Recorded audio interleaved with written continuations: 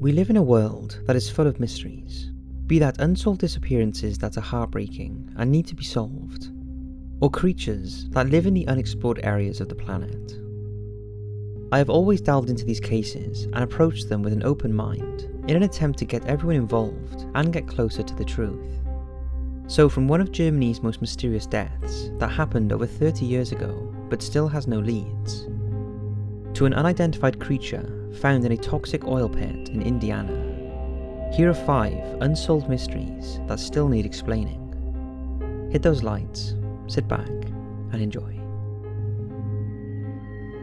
Yogtsi Mystery. Now this is a strange one. It was brought to my attention by a viewer, and is one of the most mysterious unsolved cases in Germany. It starts with a person called Gunther Stoll, whose early life we know very little about. So the story starts in 1984, when Stoll finds himself unemployed with mounting money problems. It's thought he may have developed clinical paranoia and was convinced that he was being targeted by a sinister presence. He confided in his wife that he thought whatever it was intended to harm him. On the evening of October 25th, 1984, Stoll is at his house in Anhausen, Germany, when he suddenly jumps up from his chair and shouts, "Jetzt geht mir ein Lynch auf." Now I get it. He then grabs a piece of paper and writes down Yogtsi, or Y06TZE. He crosses the message out, leaves the house, gets into his Volkswagen car, and drives to the town of Wilnsdorf to his favourite pub where he orders a beer. However, while in the bar, he inexplicably collapses on the floor and injures his face. Witnesses say that he was not drunk and had not even touched his beer. After getting to his feet, he left the pub and went missing for 2 hours before turning up at the home of one of his childhood friends at around 1 AM. The woman listened to his rambling about a horrible incident and then told him to go home to his wife. 2 hours later, 2 truck drivers spot a wrecked Volkswagen on the side of the road. They stop to check it out and discover Stoll's naked and bloodied body slumped in the passenger seat. He is still conscious and explains that he was beaten by 4 strangers who were travelling in the car with him. Shortly after, Stoll succumbs to his injuries and is pronounced dead before reaching the hospital. Police questioned the truck drivers, who told them that they saw another man in a white jacket fleeing the scene who appeared to be injured. It was established that Stoll was run over in a different location before being left in his vehicle to die. There are many theories on what happened to him and his mysterious death. Mainly, what did the message he wrote down mean, and does it have any link to his death? Was he suffering from some sort of loss of sanity and just wandering around naked and confused when he was struck by a vehicle, and then struggled back to his car? Did the mysterious presence he was convinced was following him finally catch up with him? And if so, who were they and why? The police remain convinced that Stoll's death was the result of a crime, although 33 years later, they still have no answers. Jenifer Forget. On the 1st of June 1995, an elegantly dressed woman checked into the Oslo Plaza in Norway. She gave her name as Jenifer Forget and gave a home address of Belgium. She reserved a room for herself and Louis Forget, and she was allocated room 2805. Just after 7:30 PM on the 3rd of June, the receptionist at the hotel sent a message to the room, as the guest had exceeded their credit limit. The message appeared on the room's TV screen and simply read, "Please contact the cashier." Someone immediately acknowledged it by pressing OK on the remote control, but no contact was made. The receptionist became increasingly concerned that the couple had stayed 3 nights and not paid a penny for the expensive room, and a "Do Not Disturb" sign had been displayed on their door since their arrival. 25-year-old Espen was sent up to investigate, and when he knocked the door, he almost immediately heard a loud bang. Espen recognised it was a gunshot, and called the head of security, who, using his keycard, carefully unlocked the door. As he entered the room, he saw a young woman in an unnatural position on the bed, and the curtain was flapping. The TV was on, but the room was dark. The woman on the bed was obviously dead, staring at the ceiling with a gunshot wound to her forehead. and in her hand was a 9mm pistol. The police arrived, and suicide was immediately suspected. However, it seems there is more to this young woman's death than meets the eye. After a thorough investigation, it was discovered that Jenifer Forget did not exist. Her address and phone number were false, as was the age she gave of 21, as it was nearer 35. All the clothes in her room had the labels removed, and an attaché case was found that contained only 25 gun cartridges. A further 9 cartridges were also found, 7 still in the gun, and 2 that were spent. The gun had the serial number etched off, and there was no passport, no wallet, no money, no credit card, no toiletries, no handbag, no driver's license or keys. Just an almost empty perfume bottle. Anything that could have identified the woman had been systematically removed. Her fingerprints also gave no matches in the Interpol database. The question was, had she done all this herself, or was someone else responsible, removing all identifying traces? A year after the discovery, the nameless woman was buried in an unmarked grave in Oslo. And to date, no one has come forward to identify her. Did someone kill her and place the weapon in her hand to make it look like a suicide? 2 shots were fired, one apparently a test shot that went through a pillow and mattress. This is a truly bizarre case. What do you think of it? Could it have been a murder or a suicide? Ursula and Sabina Eriksson. Ursula and Sabina Eriksson are identical twin sisters who were born and grew up in Sunne in western Sweden, and I've wanted to talk about this case for a while. As the girls grew up, they went their separate ways. Sabina lived in Ireland with her parents and 2 children, and Ursula lived in America.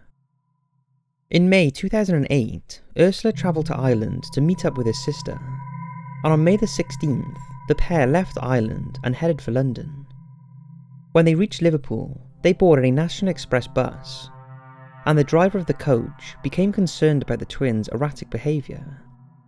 As the coach stopped at Kiel Services, he refused to let them reboard, and the police were called. But after assessing the situation, they deemed they were harmless, and no further action was taken. The 2 women then inexplicably started to walk down the M6 motorway and attempt to cross it. The police and paramedics were called, and what happened next was truly bizarre.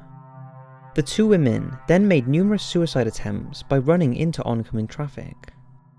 Despite their odd behaviour, there was no evidence that either woman was under the influence of drugs or alcohol, and it's believed they were suffering from an episode of shared psychosis, a very rare disorder in which delusional beliefs are transmitted from one individual to another, known as folie à deux. After the incident, Ursula was taken to hospital with serious injuries, and she remained there for several weeks. But Sabina, who seemed the saner of the 2, was taken into police custody. She was sentenced to 1 day in jail for trespassing and assaulting a police officer, and on the 19th of May was released onto the streets of Stoke-on-Trent. Not long after, she befriended a local man called Glenn Hollingshead, who invited her to stay at his house. The next day, Sabina stabbed Hollingshead 5 times with a kitchen knife in an entirely unprovoked attack. Immediately after the murder, Sabina was seen hitting herself on the head with a hammer before jumping off a bridge. She survived the incident and was charged with murder, but pleaded guilty to manslaughter with diminished responsibility and was sentenced to 5 years. Sabina was deemed completely sane at her trial, although at the time of the killing was said to be the secondary sufferer of folie à deux, with her twin Ursula being the primary sufferer, and Sabina was influenced by the perceived presence of her sister who dictated her behaviour. Sabina was also suffering from a delusional disorder as well as voices in her head. Interestingly, throughout her hearing, Sabina offered no explanation for her actions and answered all questions with no comment. After the trial and sentencing, there seemed to be many unanswered questions about the true reasons for the twins' bizarre behaviour, and the senseless killing that followed. Of course, there has been conspiracy theories who have suggested the women were part of a government experiment that went wrong, especially since Sabina was incredibly paranoid, looking out of windows and carrying multiple mobile phones whilst at Glenn Hollingshead's house. After Sabina's release in 2011, It's believed she returned to Europe, possibly Norway, and Ursula to the US, and is now an active member of the Sacred Heart Church. Not a whole lot is now known about them, and it's not sure if they have since met up. Mysterious Intruder.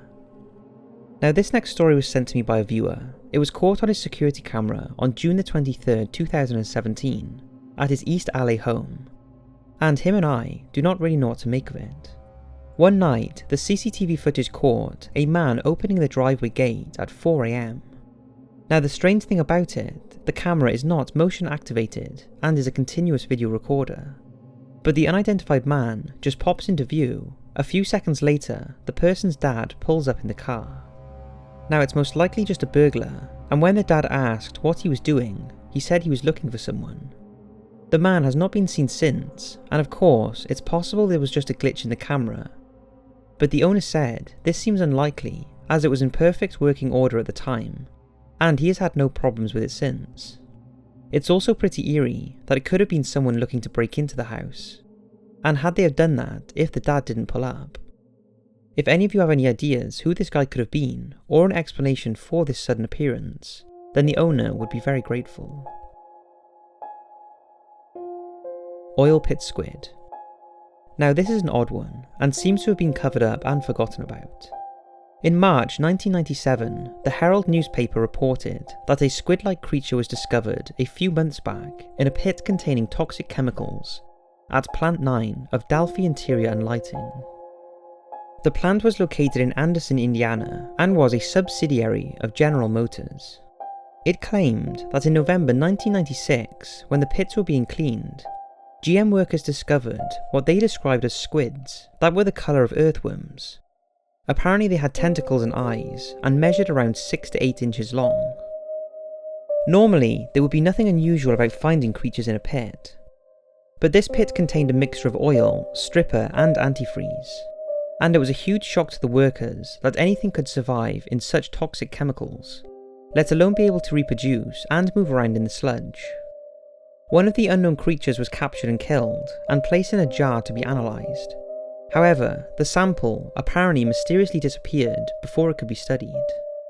Officials from the plant confirmed something had been found in the pit, and that the sample had been stolen. Environmental officers concluded that the creature was harmless and could have been some kind of bacterial matter.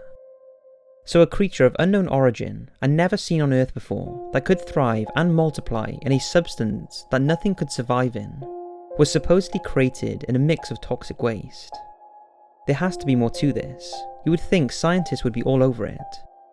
However, it seems to have been forgotten, and finding information on this incident apart from the initial couple of reports is virtually impossible. Surely we would need to know if there are creatures on the planet as large as 8 inches long that can survive in such extreme poisons. So that's 5 pretty creepy unsolved mysteries. I hope you've enjoyed, and if you have any answers or theories to any of these cases, then please leave a comment or a post over on the top 5 stories tab. Thanks for watching, and I'll see you in the next video.